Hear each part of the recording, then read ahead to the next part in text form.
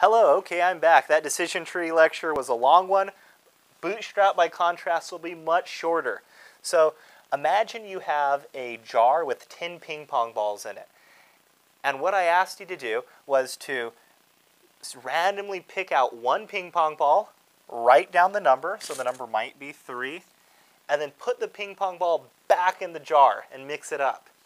And then pick out another ping pong ball. Your next ping pong ball might be 10.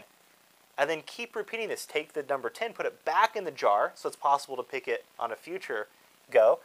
And then keep doing this and repeat it 10 times. So take the number of ping pong balls you have in your jar and take that many samples with replacement each time putting the ball back in the bucket. So what you might get is you might get 3, 10, 1, 4, 3, 7, 6, 5, 8, 6. That could be an example of what you pull out. So what you see is they're duplicates because every time we pull out a value, we put it back in the bucket. Here's a duplicate, here's a duplicate. And this is actually very common, this proportion. You'll usually get about 60% of your data, or 66% of your data will be unique each time you do this sort of a sample. And about 33% of your data will be still left in the jar. So you could see some of the numbers were never picked and shown up here, 2 of the numbers.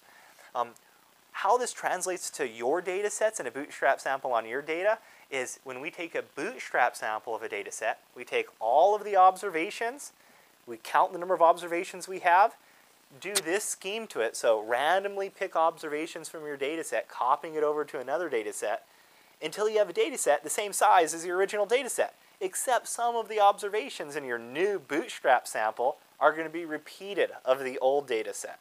Some of the observations in your original data set won't be present in the new Bootstrap sample data set. So that's how you create a Bootstrap sample, and we'll see how you could combine creating a Bootstrap sample with creating decision trees to make random forests.